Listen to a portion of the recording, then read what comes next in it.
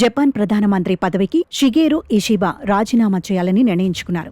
పార్టీలో అంతర్గత విభేదాలకు స్వస్తి పలకాలనే లక్ష్యంతో ఆయన ఈ నిర్ణయం తీసుకున్నట్లు తెలుస్తోంది.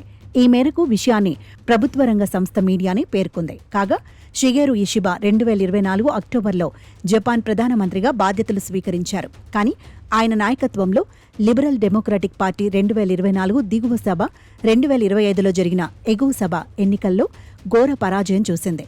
ఎల్డీపీ దాని కూటమి 2 సభల్లోనూ మెజార్టీ కోల్పోయాయి. దీనివల్ల ఇషిబాపై ఒత్తిడి బాగా పెరిగింది. ప్రజల్లో అసంతృప్తి, ముఖ్యంగా జీవన వ్యయం పెరగడం, ధరలు పెరగడం వంటి సమస్యలపై ప్రభుత్వం సరిగా స్పందించలేదనే విమర్శలొచ్చాయి. దాంతో చివరకు ఎల్డీపీలోని కొందరు ఇషిబాపై విమర్శలు చేశారు. రాజీనామా చేయాలంటూ డిమాండ్ చేశారు. పార్టీలో చీలిక రాకుండా ఉండటానికే ఇషిబా రాజీనామా నిర్ణయం తీసుకున్నారని తెలుస్తోంది. ఇషిబా రాజీనామాతో జపాన్ రాజకీయాల్లో మళ్లీ అనిశ్చితి నెలకొంది. ఎల్డీపీ 2025 సెప్టెంబర్లోనే కొత్త నాయకుడిని ఎన్నుకోవడానికి ఒక లీడర్షిప్ ఎన్నిక నిర్వహించనుంది.